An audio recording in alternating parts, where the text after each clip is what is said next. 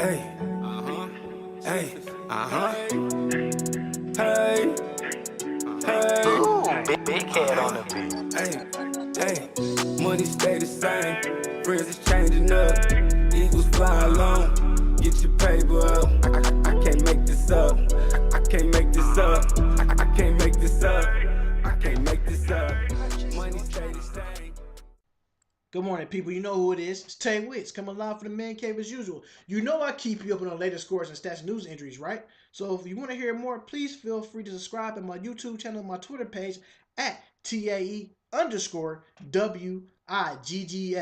And right now, you know I keep them latest scores, stats, news, injuries. Let's get right into it. We got the headlines going to start just like this. The Cavs and Celtics coming on tonight. But before we get in that, the Golden State Warriors are making their third straight NBA Finals appearance. The last team that does that was the Los Angeles Lakers, and the Cavaliers do this be their third straight appearance too. And the last team that did that was the Chicago Bulls. And Chris Bosh is in the headlines anymore because the Miami Heat wants to move on from Chris Bosh. But Chris Bosh still has a 2-year deal with $52 million left on the plate. The Miami Heat said, hey, we haven't played a game since February 2016. The team and the organization just want to move on for this Chris Bosh tobacco. So Chris Bosh probably saying, hey, he's still getting paid. But the Miami Heat probably saying, you know what, Chris Bosh, you haven't played a game in this. We want that 2-year, $52 million back from you. Chris Bosh probably saying, hey, talk to my lawyer, my agent. We're not going to give you the whole $52 million. Probably can get half. So I hope they get both things resolved because right now this is going to be like it's going to be an ugly situation. Chris Bosh want to play basketball, so he's still getting further details and notice from doctors so he can get approved to play. I just hope both parties get that done. And let's get right into the Cavs and Celtics game. Right now, Jaylen Brown is questionable with the hip injury that he suffered in Game 4. So we're going to see what's going on with that. And right now, what's the name of the game tie decision too? Amir Johnson with the shoulder injury. Just letting people know when the Boston Celtics are 2-9 when they are trailing the series 3-1. So history is not on their side. That's not a good look. The Cavaliers are looking forward to come out to close this thing out. Hope they play with a sense of urgency tonight. Don't come out like they did in Game 4 sluggish. The things I do want to talk about, I keep saying how the ball don't move around. The offense is a little stagnant. The defense is not that great when Isaiah Thomas is on the floor. I got this for you. When he's on the floor, Isaiah Thomas, offensively they are 88 points. Offensive wise, defensive 135. The plus minus on that, he's a negative 47. That is not good when he's out there like that. So when he's off the floor, this is what it sounds like. The team scored 109 points. Defensively, 120 points. So they're keeping the opposing team down, and the net is negative 11. So with that being said, the teams is playing better basketball when Isaiah Thomas is not on the floor. Not saying Isaiah Thomas is not a bad player. I just think the team move around a little bit more. The flow of the game is better. They play with a sense of urgency because with Isaiah Thomas on the floor, the offense is stagnant. And you know you can blow past him on defense because Kyrie Irving was 6'3", Isaiah Thomas 5'8". But when you got Marcus Smart out there guarding Kyrie Irving, it's a little bit more difficult because they both the same height. But Marcus Smart probably a little stronger than Kyrie. But Kyrie Irving got the quickness. He's still gonna find his way to the cup. But the defense and the offense look way much purer when Isaiah Thomas is not in their lineup.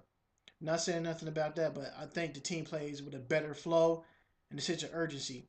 But if the Cavs want to win tonight, they got to come out. They got to come out with their guards up. Do not let your guards down. This team's going to fight because listen to the radio station in Boston. If you're a sports fan like me, you just can't listen to your own radio station and be biased. In the playoffs, listen to different radio stations. I say, you know what? Let's listen to the Celtics radio station yesterday.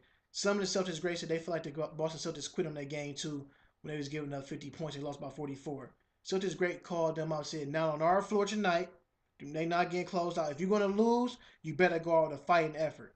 So just let you know, you think Boston going to come out the gate sluggish? They still got a point to prove. No team has came back from a 3-1 deficit in the Eastern Conference Finals. So this team's going to play with a sense of urgency. They're going to play with that fight and that grit. But when that Celtics great said, hey, this team quit, they don't feel like they don't belong on the same floor as the other team. You know, Celtics, you know how the Celtics fan base is, and them old school players, they want that team to play and leave it out there all on the floor. And the Cavaliers, Just letting you know, you better come to play. In the last 4 games, right now, leading up to this game, the Cavs and the Boston Celtics in this series are averaging 100 points. The Cavs are averaging 117 points. Rebounds per game, the Celtics are averaging 37. The Cavs were 43. Assists per game, they both deadlock at 26.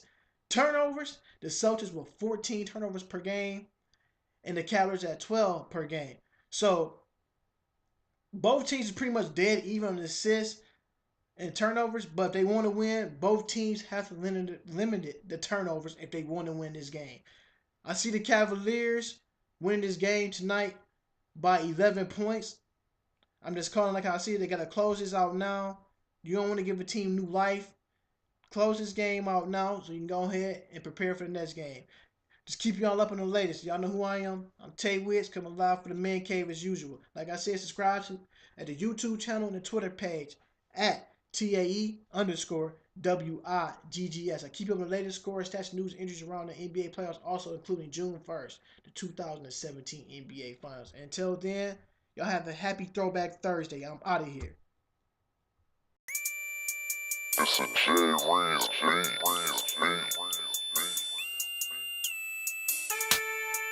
It's a J-Wiz beat.